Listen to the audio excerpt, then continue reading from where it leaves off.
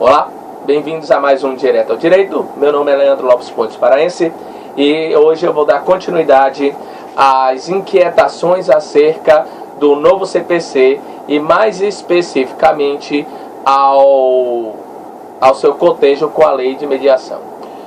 O tema de hoje me perturba bastante porque ele deriva de uma inquietação constante minha, mas eu não vou trabalhar na mesma profundidade com a qual eu pretendo num artigo específico escrito, tá? Ele diz respeito à confidencialidade do procedimento de mediação e a obrigatoriedade da presença dos advogados das partes. Bom, eu tenho um grande problema em relação à participação dos advogados. Eu sou advogado, atuante, tá? Se diga. Então, eu posso falar com juízo tranquilo de que não estou falando de outra classe ou de outros profissionais. Me perturba a possibilidade de o advogado, aliás, a obrigatoriedade do advogado estar presente na sessão de mediação. Por quê? Porque não há como se ter, primeiro, a confidencialidade exigida com a presença do advogado. E esse é o ponto que eu vou debater melhor nesse vídeo. O outro ponto que eu não vou entrar no mérito nesse vídeo diz respeito à ausência de conforto, né? A ausência daquela relação de confiança, a ausência do rapport, né? E principalmente da segurança e da liberdade da parte, né, em se sentir tranquila, em falar abertamente sobre os temas que ela será provocada a falar, na presença do advogado da outra parte. É possível que eu, com meu advogado, me sinta plenamente confortável a tratar de todos os temas relativos àquela querela, àquela demanda, tudo bem.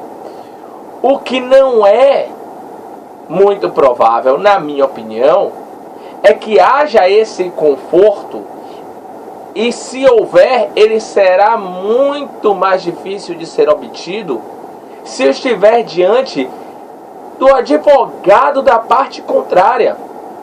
Porque as emoções, os sentimentos que são despejados na audiência de mediação, nas sessões de mediação, as técnicas que são usadas, né, pelos mediadores para fazer a identificação dos sentimentos, os reforços positivos, enfim, para trazer à tona os interesses por trás dos sentimentos, para derrubar das posições, a possibilidade disso acontecer diante do advogado da parte contrária é muito complicado, tá?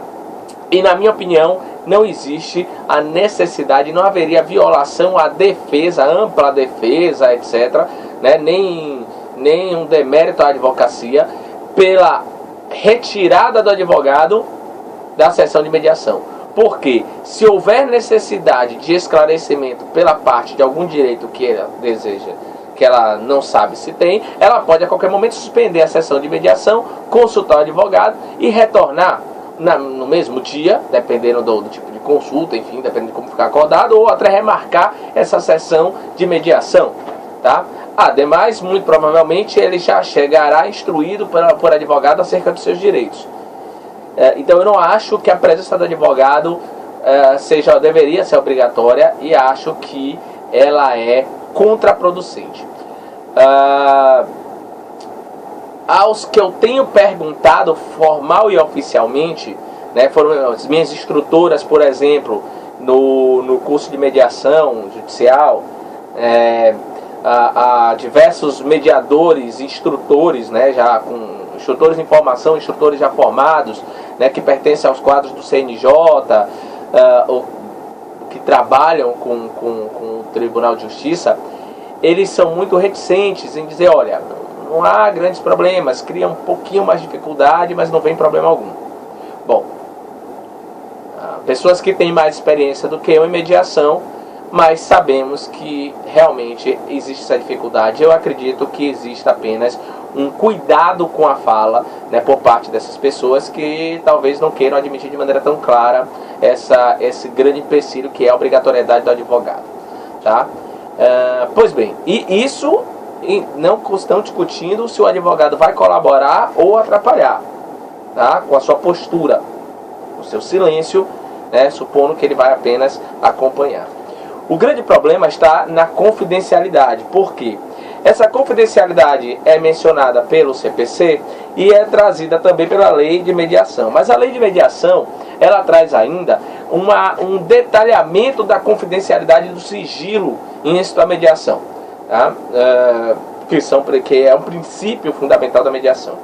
E ele diz no artigo 30 que toda e qualquer informação relativa ao procedimento de mediação será confidencial em relação a terceiros, não podendo ser revelada sequer em processo arbitral ou judicial, salvo se as partes expressamente decidirem de forma diversa ou quando sua divulgação for exigida por lei ou necessária para o cumprimento de acordo obtido pela mediação.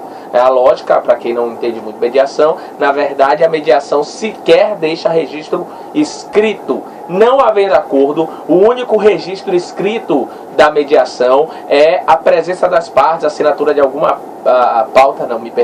de alguma lista, enfim, atestando a presença. Jamais nenhum registro físico, oral, do conteúdo da sessão de mediação pode ser mantido, ok? A não ser que haja acordo, porque aí o que vai ficar de registro da mediação vai ser o acordo e nenhuma outra informação. Mas aí ele diz, bom, parágrafo 1º vai dizer: o dever de confidencialidade aplica-se ao mediador, às partes, a seus prepostos advogados, assessores técnicos e outras pessoas de sua confiança que tenham, direto ou indiretamente, participado do procedimento de mediação, alcançando 2 pontos. Inciso 1, declaração, opinião, sugestão, promessa ou proposta formulada por uma parte a outra na busca de entendimento para o conflito. Inciso 2, reconhecimento de fato por qualquer das partes no curso do procedimento de mediação. Inciso 3, manifestação de aceitação de proposta de acordo apresentado pelo mediador.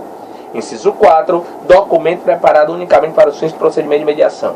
Então, na verdade, o que nós percebemos na prática é que o sigilo e a confidencialidade da mediação, ela diz respeito, em relação aos advogados, apenas ao uso disso como prova e como fato invocado diretamente como tendo sido conhecido no procedimento de mediação.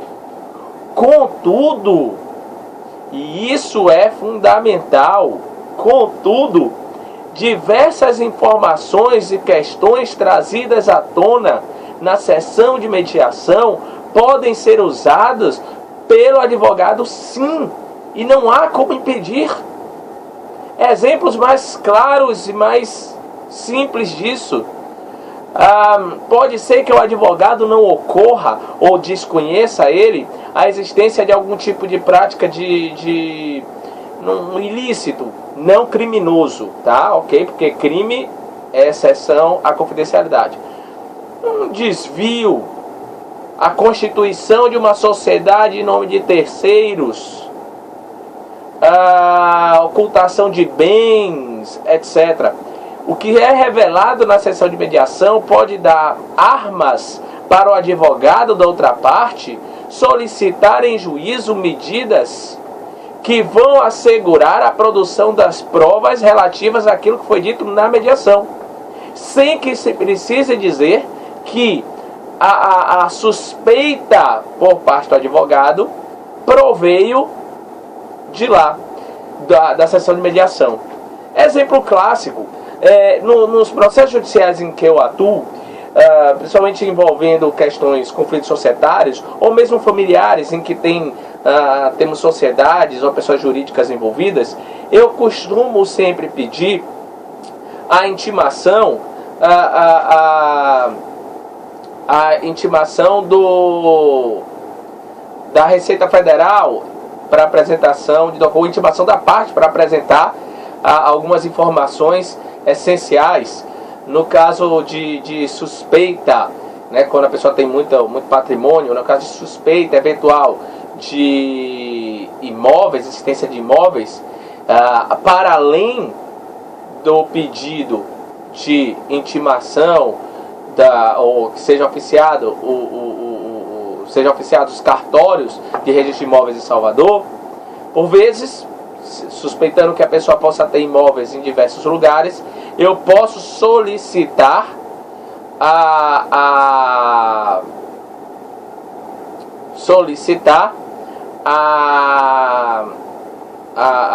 intimação da Receita Federal para apresentar o DOI, Declaração de Operações Imobiliárias, que lá constarão todos os imóveis registrados em nome da parte ou de sociedades, enfim. É possível fazer alguns rastreios. Imagine que eu saiba, tenha ouvido acerca da prática de um ato de uma fraude contra credor, ou de um ato intencionalmente fraudatório, típico de quem já está na iminência de se divorciar e aí, enfim, começa a fazer transferência de cotas, etc, etc. Por vezes, essa informação não é do conhecimento da parte cliente minha. E aí, eu posso, por precaução, muitas vezes não costumo fazer isso, porque não há qualquer indício ou elemento que me autorize a crer nisso, né? De que, olha, ele tem uma sociedade com um terceiro, mas essa sociedade com um terceiro, em verdade, a participação, a diferença de participação de cotas dentre eles, né? Esse choro está difícil. A diferença de participação de cotas, como eu dizendo, a diferença de participação de cotas entre o cônjuge e um terceiro, que às vezes é usado como agente cítrico, etc., enfim, ou é um amigo e tudo mais, ou um parente, a proporção das cotas pode ser modificada próxima ao divórcio, já no intuito de haver o divórcio e diminuir a participação do divorciando nas cotas sociais.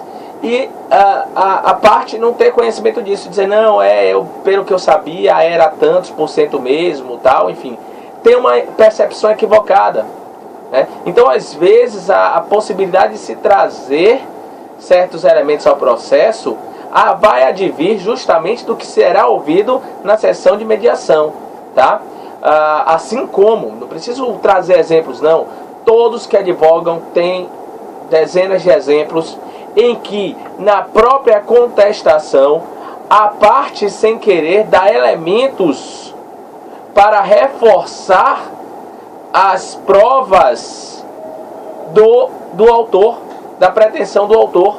Recentemente, no meio de um processo, para citar um processo meu aqui, no meio de um processo judicial, a autora não sabia que o réu tinha um determinado bem. Veja, eles eram casados e não sabia que ele tinha um determinado bem. A existência desse bem foi revelada na contestação. E uma outra sociedade também foi revelada, uma outra sociedade que se desconhecia, né, era obscura, foi revelada também na própria contestação. Percebeu-se que foi meio que sem querer que o advogado, provavelmente advogado, soltou essa informação. O que na réplica eu solicitei então a inclusão desses bens identificados, as cotas dessa sociedade oculta, né? E desse bem também oculto, tá? Na partilha, né? No monte a ser meado, tá? E que fosse parte da meação também. Então, eu não creio que seja possível manter plenamente a confidencialidade plena com a presença do advogado. O máximo que pode existir é a vedação de produção de prova direta do uso das declarações como prova direta. Porém, o que é revelado ali dá o caminho para o advogado buscar as provas para que sejam usadas então em juízo. E aí, a presença do advogado, a presença que inclusive tanto pela lei de mediação quanto pelo novo CPC é obrigatória, devendo o mediador suspender a sessão para designação de defensores públicos se as partes não tiverem advogados, ok? Essa presença obrigatória, na verdade, vai valer como uma ressalva e um constrangimento à parte para que ela revele e uma quebra parcial da confidencialidade, tá? Porque vai vigorar a lógica de que tudo que é dito ali pode ser usado contra você, porém de maneira indireta, né, no juízo pelo advogado da parte contrária, ok? Eu tenho muito medo disso, e isso é algo que eu vou discutir melhor em um artigo escrito que eu vou desenvolver, ok? Então, até a próxima.